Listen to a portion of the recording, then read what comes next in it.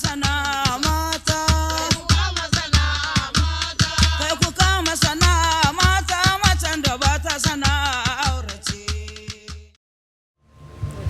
guys, welcome back to another episode of Inside the Frame, where we'll be chatting with tonight's guest, Maryam Ahmad, socially known as Mimi Rocks, and she's the founder of Mimi's Homemade and also a LAWFF member, that's Leading African Women Food Fellow. So yeah, we are here to uncover how she changes the narrative of northern Nigerian cuisine through her project called Taste of Arewa.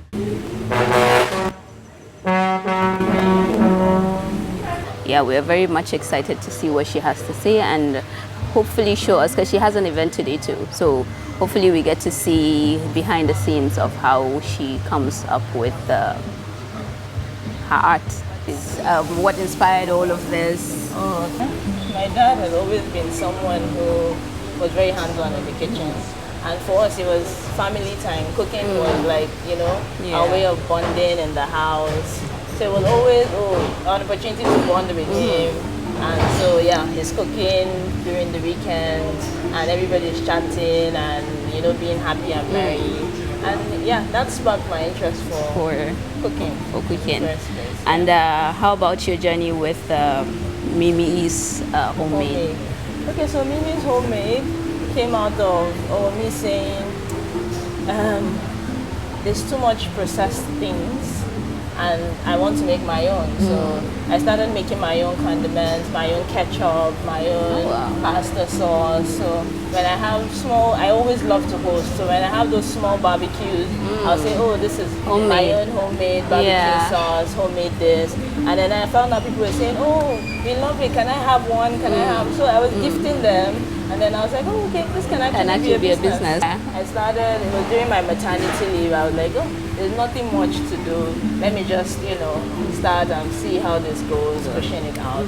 Alhamdulillah. Alhamdulillah, beautiful. So tell us a little about LAWFF, being a LAWFF alumni. Okay, how did that come about? So congratulations, by the way. It's such a beautiful. Thank you. For LAWFF, it was, it just validated everything that I have worked for. For me, that's what the introduction into the fellowship started. I've been seeing a lot about them, and I joined the association, but I never knew that I was actually going to be picked to be a LAWFF fellow. But I noticed that they sent people, they said if you wanted to be in their cohort, you had to get nomination.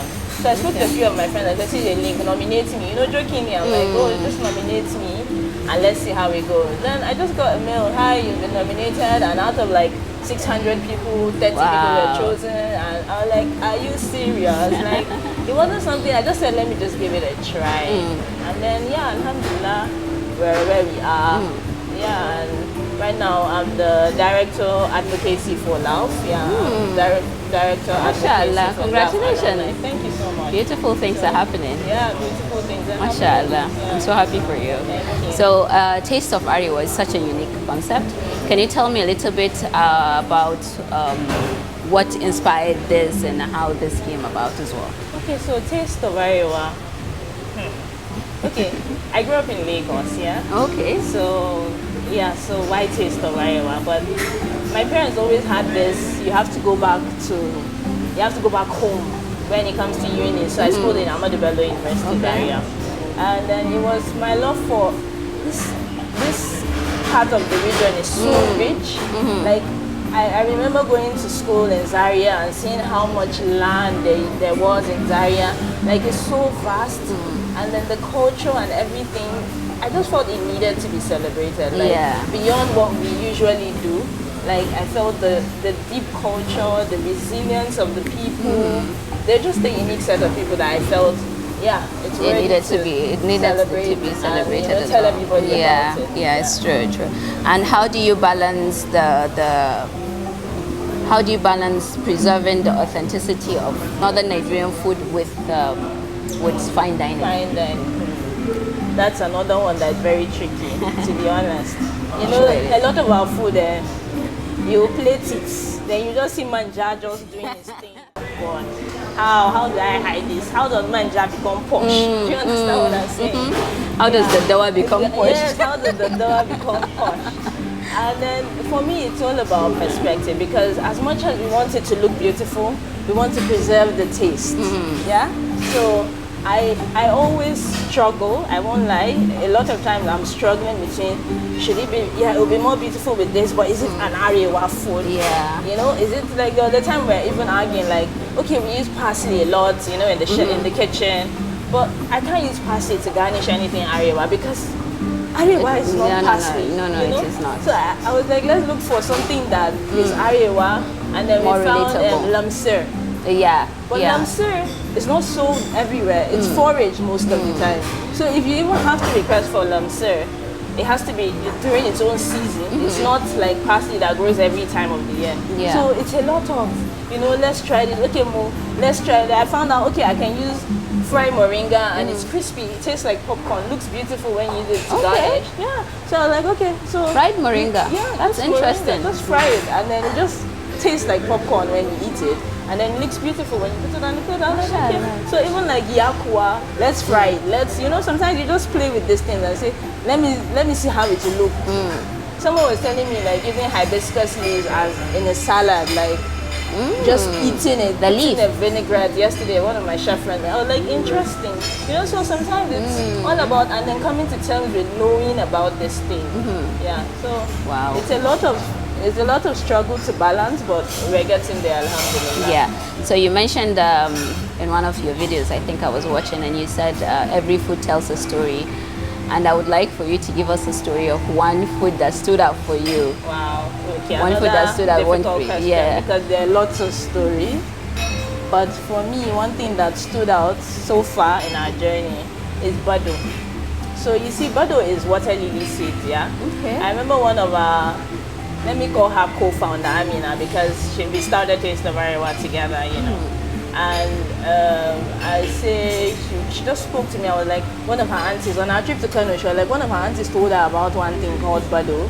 What do I think about it? Bado, I've actually never heard. Have you? I was like, I've never heard what of is it. bado? And she was like, they said it's water lily seed. She was trying to describe it. I was like, you know what, let me call my parents and ask them. And I was like, yeah, they know it. You find them on the road on your way to Kano. It's just in the pond. You know how water lilies are on the pond? So the roots of it is bado. That's where bado is. I'm like, really? So we on the road, we're on our way to Kano. We're traveling by road. I was like, please, can the driver stop and let's go and see where we saw the water lilies. And we went and we're like, oh my God, this is amazing. How beautiful. And then we read about the nutritional benefit, how it's recently found like 3 years ago or 5 years ago saying one of the top healthiest snacks in the world. And I'm like, bado is in one stream on your way to Kano that nobody even cares about. You understand what I'm saying? So when we went to Kano, we didn't find it in the shops, like in the market. Because they were like, not in season. It's only the dry ones they get in the market. But if we see the fresh ones, we should just buy or get on our way. So we're like, okay, on our way back, we'll go. So we stopped by at the village. I can't remember the name of the village now, but it's on your way to Kano. Just a bit before Zaria.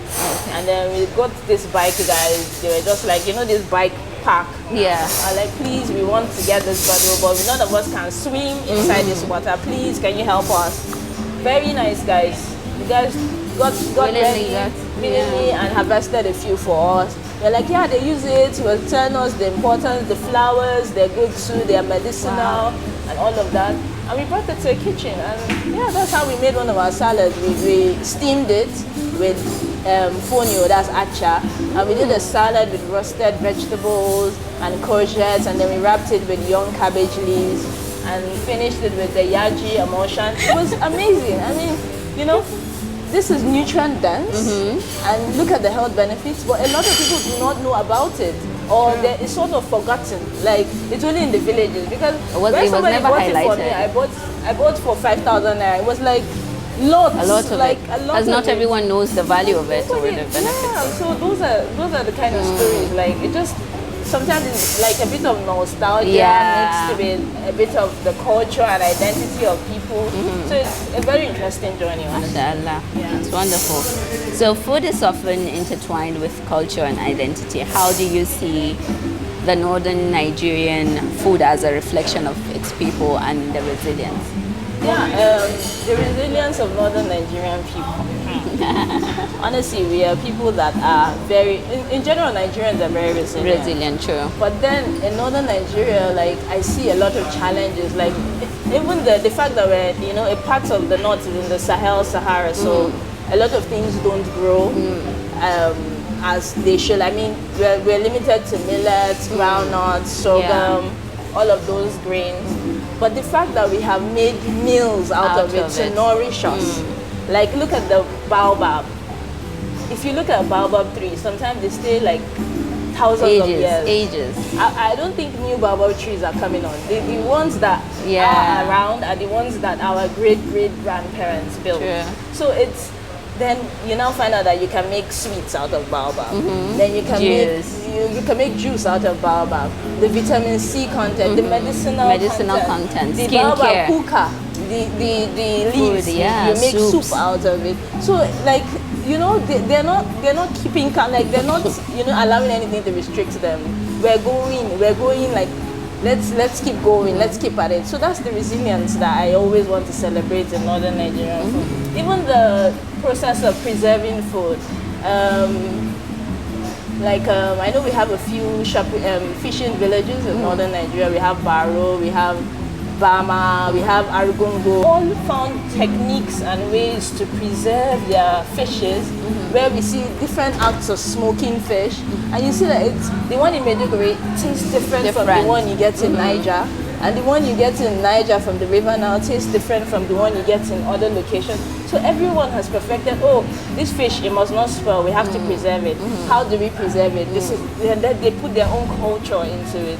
Do you understand what I'm saying? So that's the reason. Even the dawa, the process of fermenting the dawa, like it's so that it will not spoil. Like I always wonder, who thought about it? Like who? No, but truly, who did? What is this? Why must this thing? Let this thing be stinky and smelly, but let it be delicious. Do you understand what I'm saying? Like who gave them the intuition that it was?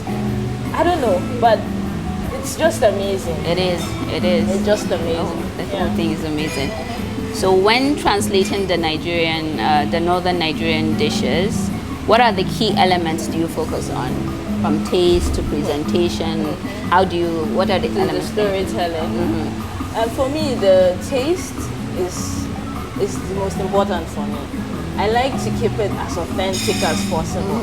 Because Nigerians that we are, we don't even like people changing the taste of our things. We want to taste that Maggi. I don't cook with Maggi, but I always try to pack in as much flavor that you won't miss the Maggi. Do you understand what I'm saying? So it's just maybe by training that I don't cook with Maggi, but it's something I've now tried to tasting Arewa food. People like the ajinomoto, but I can't cook with those things because of my own personal reasons. I would just say, okay, let me just see what I can do to elevate it, to make it taste as good and not miss any of it. So taste is very key for me. Presentation, yes, but taste is number one. It's a priority.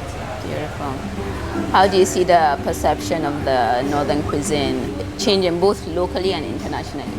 Honestly, I'm seeing a lot of people doing great things in northern Nigerian food in recent times, and it makes me happy, honestly.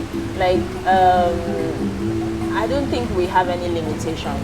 We have so much of those natural foods, and I feel like our people are now coming out and saying, let's celebrate them. Because once I see someone post and say, northern Nigerian, this food, I'm very interested. I'm like, yes, I'm liking how people are, interpreting, giving their own interpretations. We've seen on social media different interpretations of Nonwake, for example. Yeah. Like, people are doing it different. The generation is actually, because a lot of people don't even know, like, the normal Hausa foods that people say, suya, masa. Those are the only two. But now let them hear about Nonwake. Let them hear about Dansululu, right? Like, those things are now coming, and we're now educating people that northern Nigerian food is not just suya and masa and sinase. True. Yeah. So do you think there's a gap you're trying to fill with your work? Yeah, I know that there's a gap I'm trying to fill, and I'm feeling it, and I'm also pushing as much people that I can. I'm trying to encourage a lot of bloggers or social media reviewers or chefs cook with northern Nigerian food. Give them explanation. Tell them what this is. You know, I have a few chefs from Lagos that my friends, I say, oh, please can you send me yaji or can you send me fura? I want to make fura in one of my. I'm very, very open to those kind of things because I like that. Oh, the whole, you know, it's validating whatever it is that I'm doing, the work that I'm doing, and people say, oh, this is delicious. This is different but delicious. Yeah, that's the way it should be. And what's one ingredient that has been very challenging for you to really imagine into like a fine dining experience? I can think of a few, but let me hear from you. What's one ingredient that has been very difficult? You mentioned manja, and we mentioned the dawa. Yeah. But what is one that has been very challenging for you? Even the dawa, as much as it's just a beautiful thing to work with. We have the dawa onion butter that we do. The dawa onion butter. And then it's And how do you use it? You know, we serve it with our bread course, so it usually goes with bread. And I remember a client I did it for in Lagos, and she called me last week and she was like, that bread and that butter, I've been dreaming. This was like 6 months ago, and she's like, I'm still dreaming about it. I was like, yeah, this is a Yoruba woman, like falling in love with our own. You know, they also have their own Iru, right? But falling in love with our own the dawa onion butter that people think, oh, it's stinky, it's offensive, it's this, you know. But yeah, there's always something that you can. I don't think there's any limitation, honestly, for the ingredients. Wow, they all that's beautiful and seem perfect. And how do you balance the modern culinary techniques with the? Yeah, it's a lot of struggle. I remember like one time we wanted to make pasta out of danwake. So the danwake itself, exactly. okay. You know, it has no gluten in it. So the struggle of getting the pasta to be right without wanting to adulterate the flavor of the bean, you know, it took us a while. And it's one dish that I'm still not comfortable with. I served it in my last Taste of Arewa, but people liked it, some people didn't. And then I wasn't very confident in it. I was more confident when I used the regular pasta, but when I used the gari danwake, it gives me it's too hard.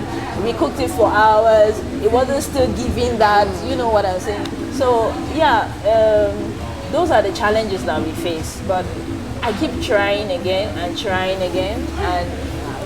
you find out that one day you just get it. Just last week I was working on making a bread out of dawa, so that's sorghum, guinea corn. And then I struggled. I mean, I know I've done that recipe like 6 or 7 times. And it wasn't just giving that chewiness of a focaccia bread that I wanted. Yeah, I saw that you posted that yesterday. I think I was very intrigued. Yeah, but by the time I did a few tweaks, and I spoke to someone that's into bread. I was like, "What do you think?" And she was like, "Okay, add this, remove this, take this out, and see what." And then by the time I did it, okay, increase the percentage to this. It was amazing. I was like, oh my God. You just needed to tweak the balance. I just needed to tweak the balance. So sometimes you have to keep trying and trying to get it to taste, feel, and look exactly the way that you want it to. And especially recipe creations. It's another thing, but I think it's one of my favorite things because you get to do it. Sometimes it makes you want to cry. Like when you keep doing something, you have to be really patient. But sometimes I just forget about it. After a week, shun it and then let me try today again, you know, sometimes, and then you get it and you're happy that, okay, you persisted. Yeah. I see you work with a lot of other creatives. Yeah. So Taste of Arewa is beyond food itself, but actually the whole culture of it. It's a celebration of the culture, food, and resilience of the Northern Nigerian people.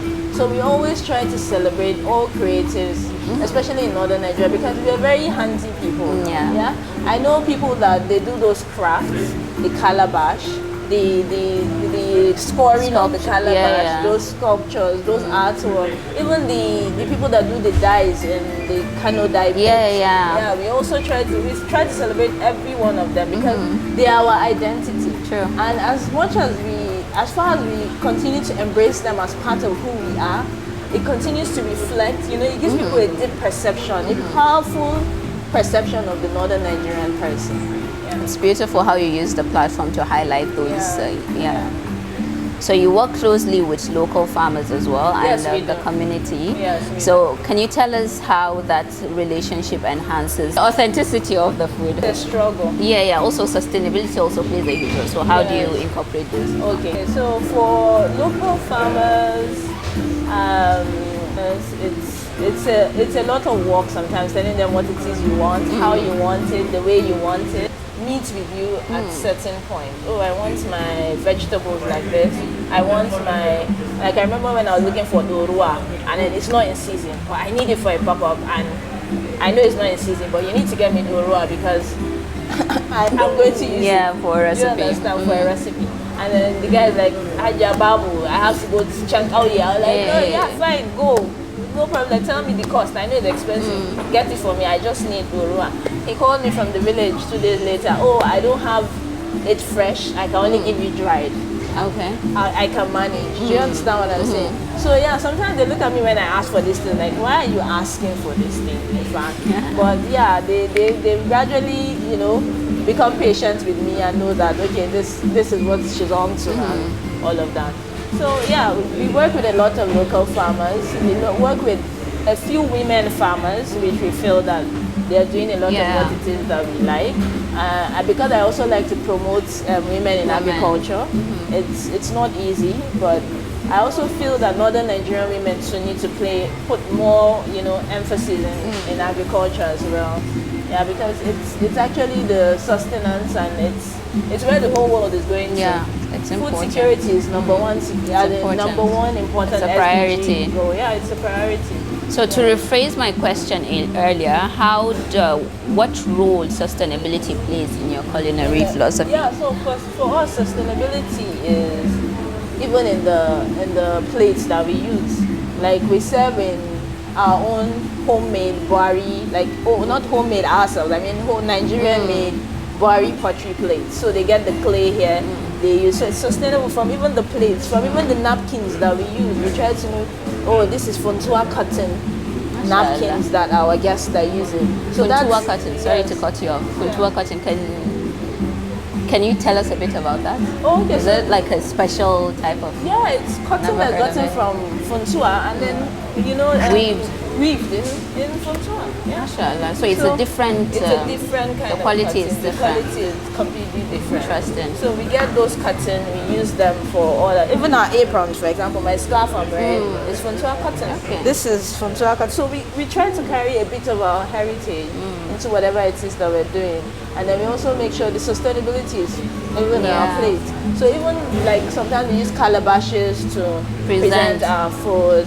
The calabash is made by one farmer who, it's not farming season, let me sit down and carve some calabashes because I like to do it. I'm very crafty. So those are the things that we like to, and then you know the calabash is gotten from a tree obviously. So sustainability, we're using nature and giving back nature to us. And using products that are reusable as well. Yeah. So if you could invite 3 influential people to a Taste of Arewa event, who would you invite and what would you feed them? Oh, okay. That's one I haven't thought about. I told you I want to keep things mysterious. So if I was to invite 3 people, who would I invite?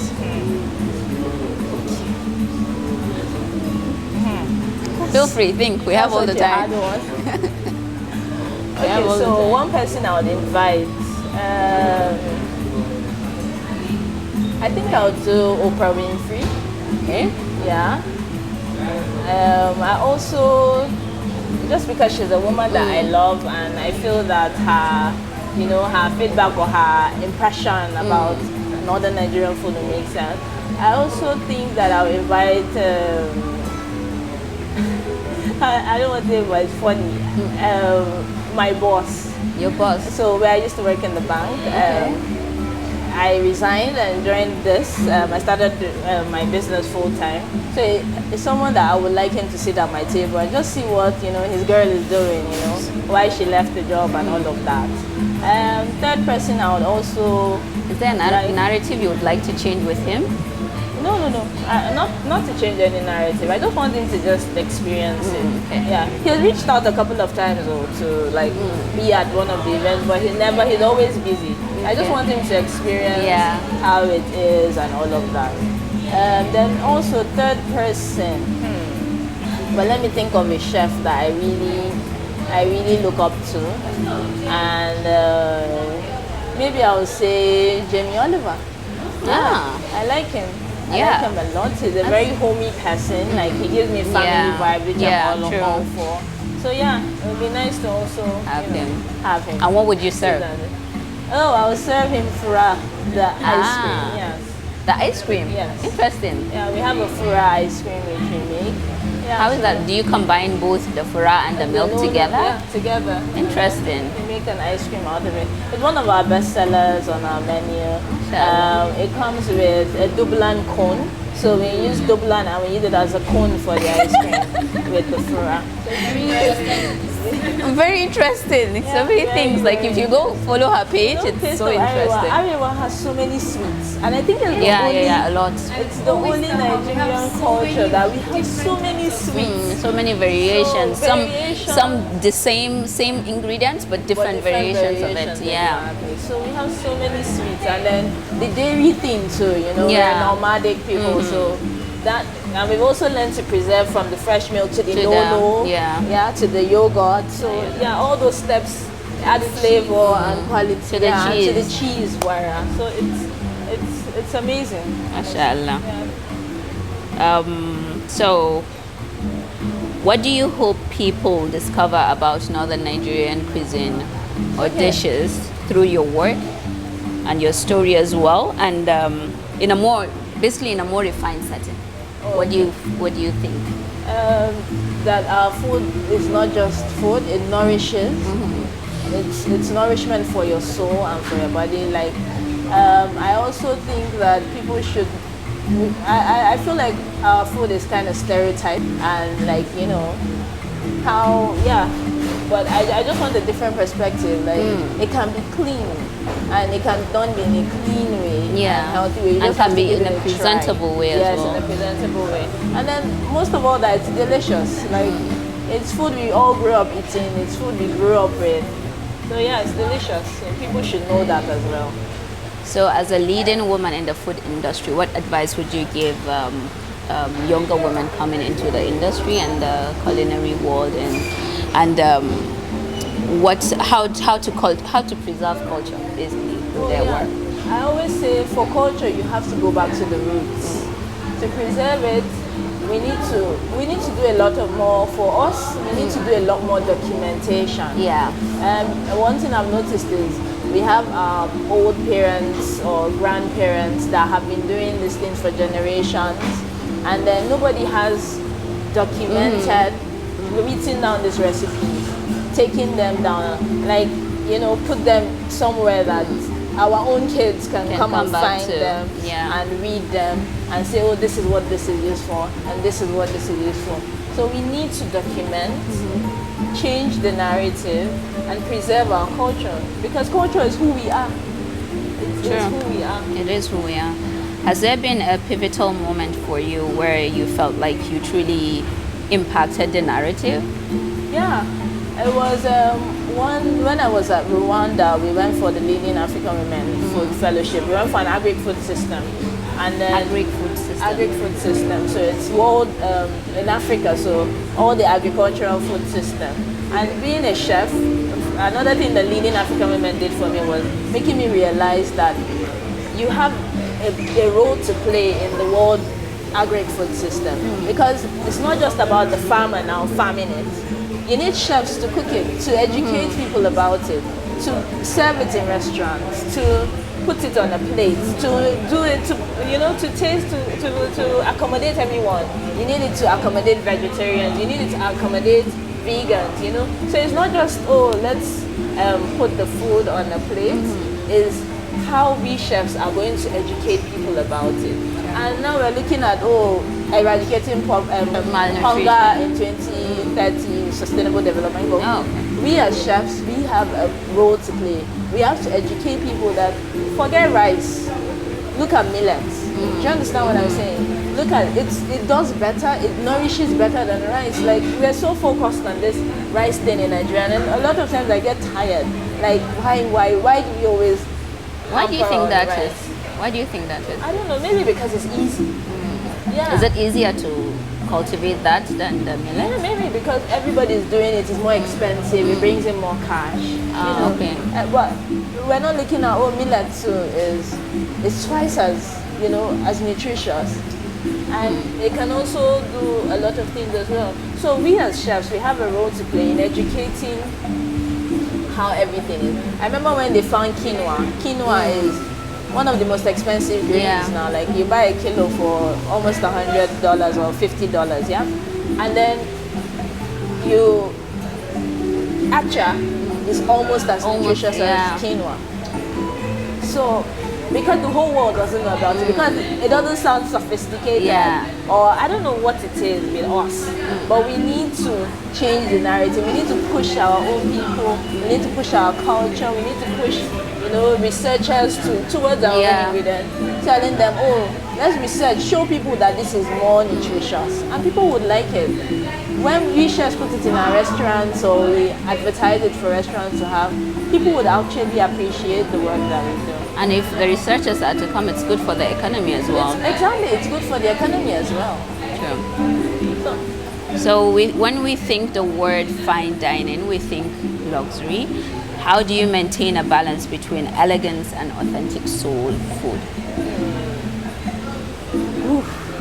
Another tough one. It's not easy, to be honest. Sometimes, fine dining is putting one piece of something, and you know that people are satisfied with it. But you want, I want you to enjoy, to savor it, So, like, that's why we had to do 2 editions of Taste of Arewa. We have a pop-up edition where you just walk in like a casual dining restaurant, and there you get the soul food. Then we have a fine dining edition where,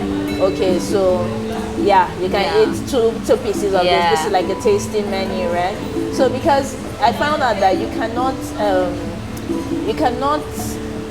really please everybody. Do you understand what I'm saying? There are some people that are up for fine dining. They're up for luxury packaging. Some people want comfort. Some people want comfort. Sit down and sit on the floor, lick my chicken bones. Indulge in it.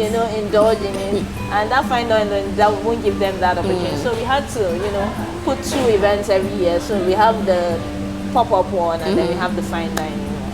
So honestly, you have to just balance it out in terms of your own clientele and the reach, and because we want it to be for everybody. We could have said, okay, we want to stick to fine dining because most of our clientele, it's the corporates, it's the expatriates, the diplomats. But yes, we also want our northern Nigerian people to taste and see what we're doing with our northern Nigerian food. So look into the future. What's your vision for Taste of Arewa? Vision for Taste of Arewa. That one is easy because I have plenty.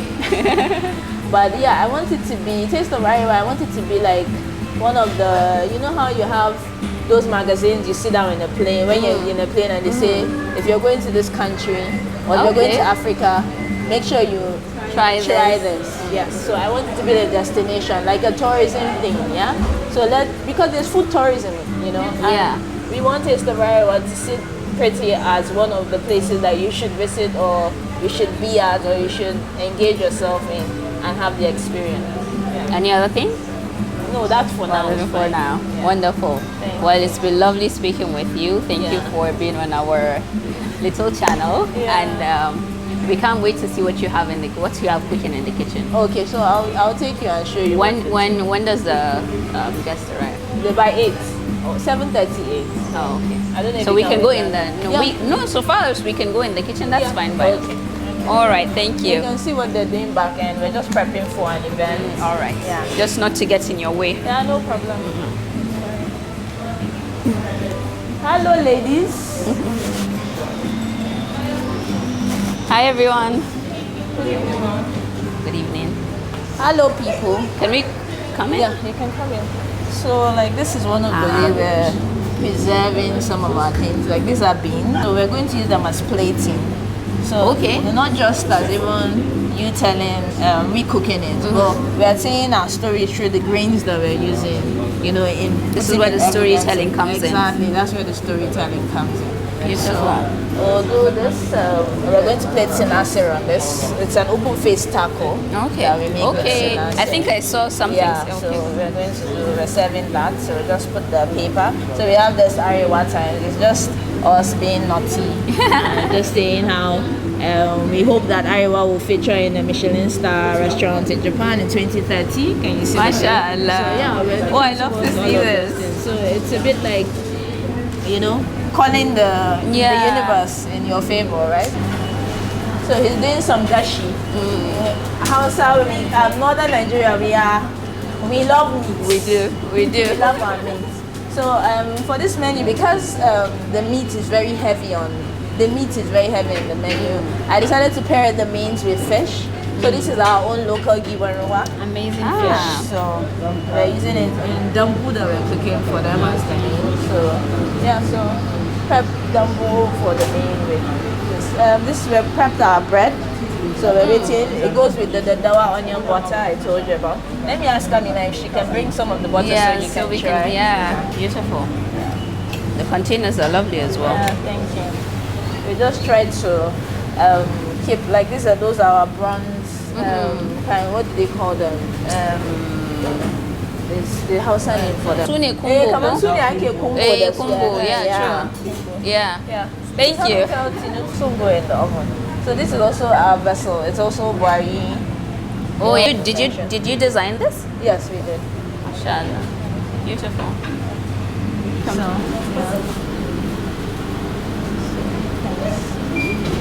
So this is take. So you can sip in some onions. I'll put this for you so you can try. It's the dawa. It's the dawa, onion and butter. Onion and butter. Yeah. Just regular butter. Yeah, just regular butter. Yeah. Are we testing? Okay, so this is for the sinasir taco. We're just testing. Yeah. You can taste the dawa. It's mild. Very mild, very subtle. No. We'll be fine from 7:30. Like Maishan butter. Yeah. Very nice. this is the And dough. all the waistcoats are the same size. Yeah. You can taste it. The dawa onion and butter. But mention actually. What? How much? Now take over. And what's that? This is See, no, I told you to give those waiters to put this thing on the it's table. amigai as well. Very Put it nostalgic. on the table, one Yes. per side on I'm each so excited. side. Tell someone to help you. Malik, how far? Well, Baobab sorbet. okay. Yeah, you want to pick them This up? is amigai. This is baobab. Yes, it does.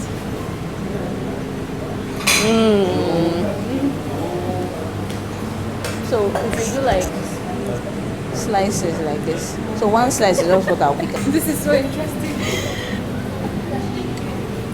This is beautiful. And the taste is so strong. Yeah, it's pure coca, no, just put coca and Nothing. water. Yeah, very No nothing. addictive. It's in its authentic form. 2 bottles, yeah? We can actually see Yeah. it's an experience. Nice. Beautiful. What's happening here? Okay, I didn't just do. Hi, this is Doso. Hi. So Doso is Small Business Big World on Instagram. Good And, recipe. yeah, so it's baklava, but we in North we call it baklawa. So it's